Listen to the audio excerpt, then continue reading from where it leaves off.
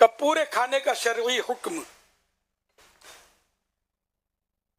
इनका खाना मकरूह तहरीमी यानी नाजायज़ो गुनाह, क्योंकि ये उज़्व शरई लिहाज से गंदा और नापसंदीदा चीजों में शुमार होता है। फितरत सलीमा रखने वाला इंसान ऐसी चीज को खाने से घिन महसूस करता है। तो शरीयत इस्लामिया ने उन चीजों को खाने से रोका है जिन्हें इंसानी तबीयत गंदा समझे। गुदूद खाने का शरई हुक्म, गुदूद खाना मकरूह तहरीमी यानी नाजायज़ गुनाह है, क्योंकि ये जमा हुआ फासिद यानी खराब खून होता है जो गोश्त से मिलकर गुठली नुमा सूरत इख्तियार कर लेता है ना, गोली टाइप का बन जाता है। यानी फितरत सलीमा वाला इंसान इसे खाने से घिन महसूस करता है।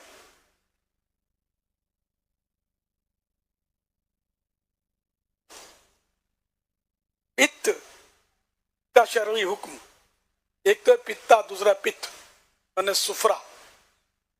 तो जिस तरह पित्ता खाना जायज नहीं, इसी तरह पित्ते के अंदर मौजूद जर्द पानी, जिसको पित्त भी कहते हैं, सुफरा भी कहते हैं, इसका इस्तेमाल भी नाजायज गुनाह है, क्योंकि पित्ते का ये पानी नापाक होता है। ओजड़ी और आंते खाने का शरई हुक्म, ओजड़ी पेट के अंदर एक थैली है जिसमें खाना रहता है और हजम होता है।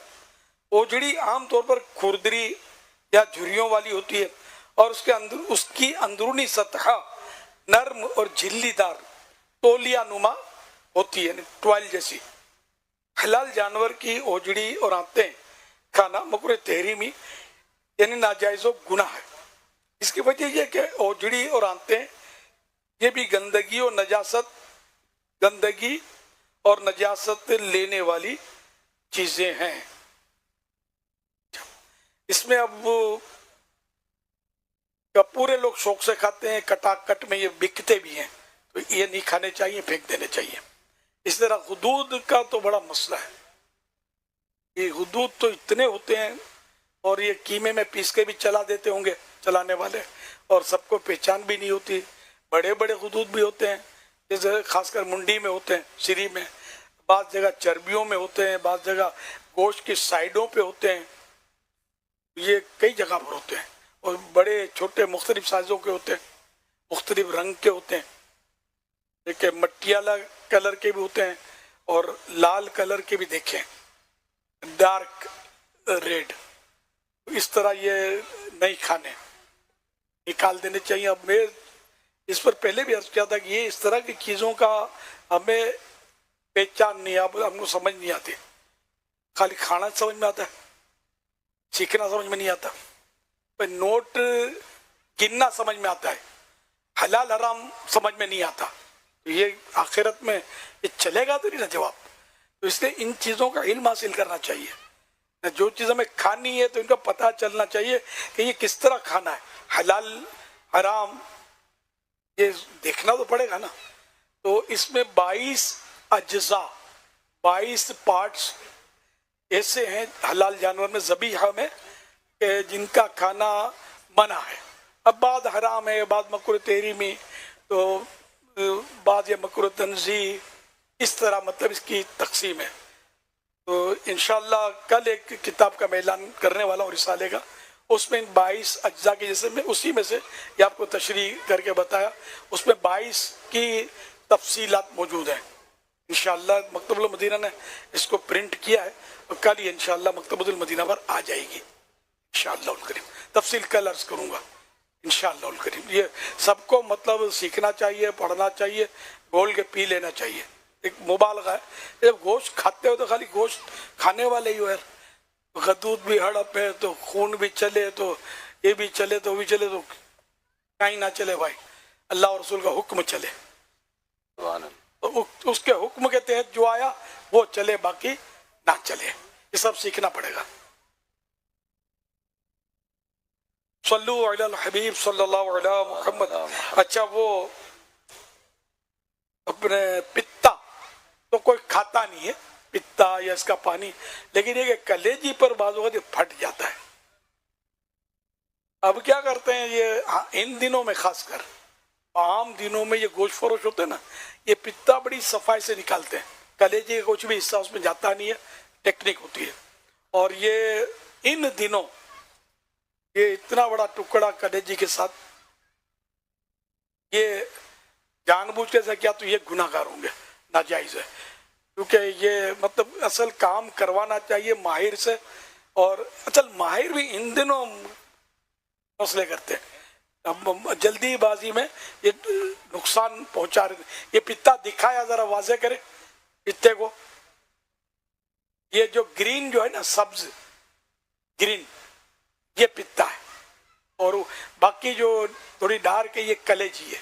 तो कलेजी के साथ होता है, तो एहतियात से अगर काटेंगे ना तो ये फटेगा नहीं।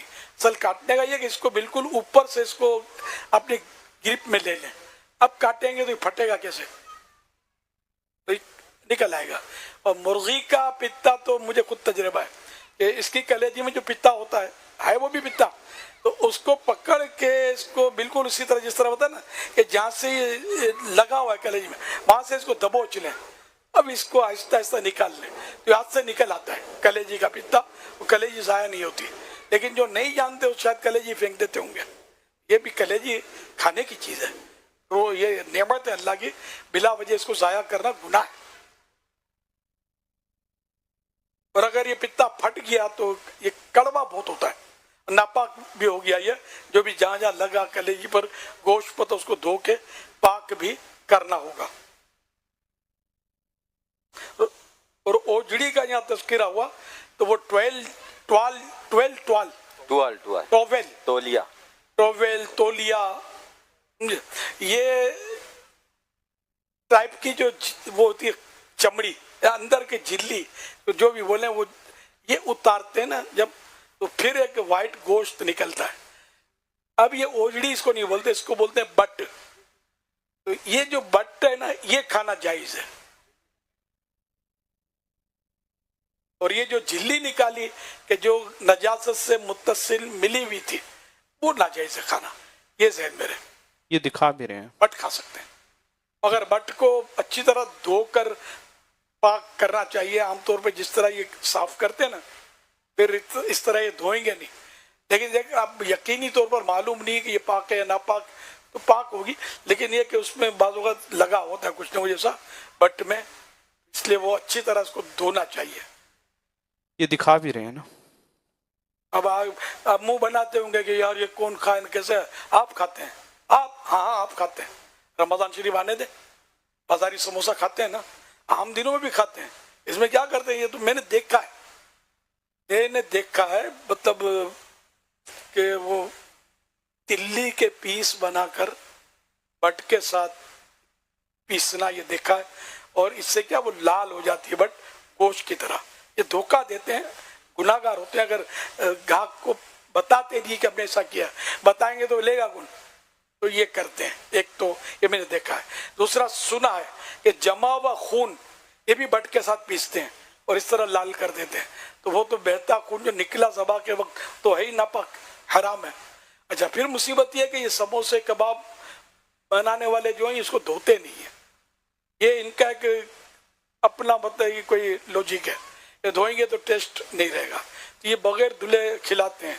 रमज़ानों में बकसरत समोसे चल रहे होते हैं, गोश्त बहुत महंगा हो जाता है, ये हो सकता है कुछ सस्ता हो। और आम दिनों में भी ये बट चल रही होती है, फेंकते नहीं है, ये बकरीद में फेंक दी जाती है, वरना आम दिनों में ये बिकती है और आम आदमी इसको साफ नहीं कर सकता, ये मजबूरी है फेंकना, न पता होता है। लेकिन ये बकरीद में ये बिकती है, बकरीद के अलावा बिकती है। तो बट खाना जायज़ अगर साफ सुथरी धुली हुई बट हो, और इसका कीमा अगर समोसा खाए तो ठीक है, कीमा खाए तो ठीक है, बट का सालन बनाकर खाए जब भी ठीक है, कोई हर्ज नहीं है। लेकिन ये धोखे से मतलब ये खिलाया जाता है समोसे वगैरह। हर समोसा इसी का होता है ये कंफर्म नहीं करता मैं, उसका भी होता होगा ज़ाहिर है ना। ये और ये न वो नहीं सब मिक्स चल रहा होता है। जो रमज़ान में कबाब समोसे के बगैर कोई दस्तरखान होता नहीं है, तो इनका प्रोडक्शन बढ़ जाता है। जब किसी चीज़ का प्रोडक्शन बढ़ जाएगा तो उसकी जो क्वालिटी है वो आम तौर पे थोड़ी नीची आती है, भाव बढ़ जाता है। तो ये इस तरह होता है। अल्लाह बेहतर जाने, अल्लाह पाक हमको हलाल खिलाए और नापाक खाने से बचाए। ये हिर्स होती है हमारी, कबाब समोसा